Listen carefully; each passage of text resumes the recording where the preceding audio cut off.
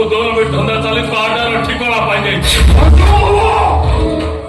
ସାତଥର ପାଣି 9 ବଙ୍କ ଭିତରକୁ ଗଲେ ଏ 1000 ମିଆର ଗୁପ୍ତ ପେଢି ମିଳିବ।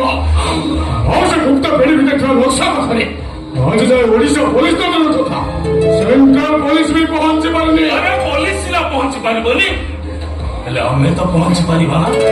ହଁ, ଆମେ ସମସ୍ତେ ଏକାଠି କାମ କରୁଛୁ ଯେତେବେଳେ ଆମକୁ ସେ ଆଡ୍ରେସ ବିଷୟରେ ଜଣା ଅଛି। ପୋଲିସ ଆମର ଠିକଣା ପାଇନି।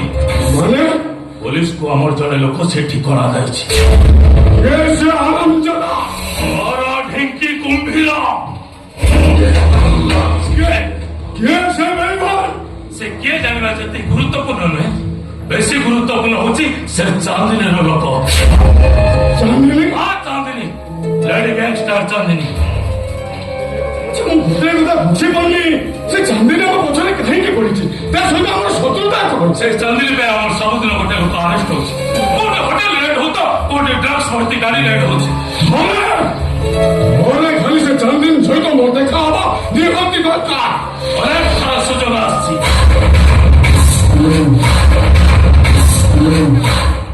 ମୁଁ ବି ତାକୁ ଅଫର ଦେଇଛି, କିନ୍ତୁ ତାର ସେଇ ଗୋଟାଏ କଥା, ଯୋଉଦିନ ଆଜାଦ ମିଆଁ ସହିତ ମୋର ଦେଖା ହବ ସେଇଦିନ ମୁଁ ହାତରେ ଗୋଟେ ଫୁଲ ତୋଡ଼ା ନେଇକି ଆଉ ସେ ଫୁଲ ତୋଡ଼ାଟା ଆଜାଦ ମିଆଁର ଶବ ଉପରେ ଥୋଇବି। ସତରେ ଏତେ ଦମ ଅଛି। ଆମ ପାଖରେ କାମ କରୁଥିବା ଲୋକମାନେ ମଦ ପିଅନ୍ତି, ଝିଅ ଖୋଜନ୍ତି, ପୁଳା ପୁଳା ଟଙ୍କା ପାଆନ୍ତି, ହେଲେ ଚାନ୍ଦିନୀ ପାଖରେ କାମ କରୁଥିବା ଲୋକମାନେ ଚାନ୍ଦିନୀ ହାତରୁ ରାକ୍ଷୀ ପୁନେଇରେ ରାକ୍ଷୀ ବାନ୍ଧନ୍ତି। କିଏ ତାକୁ ଅପା ବୋଲି ଡାକେ ତ କିଏ ତାକୁ ଦିଦି ବୋଲି ଡାକେ। ଏଇ ଦେଖୁନାହାନ୍ତି ଆମ ପାଖରେ କାମ କରୁଥିବା ଲୋକମାନେ କେମିତି ଆମରି ଖାଇ ଚାନ୍ଦିନୀ ପାଇଁ ଗୁପ୍ତରେ କାମ କରୁଛନ୍ତି।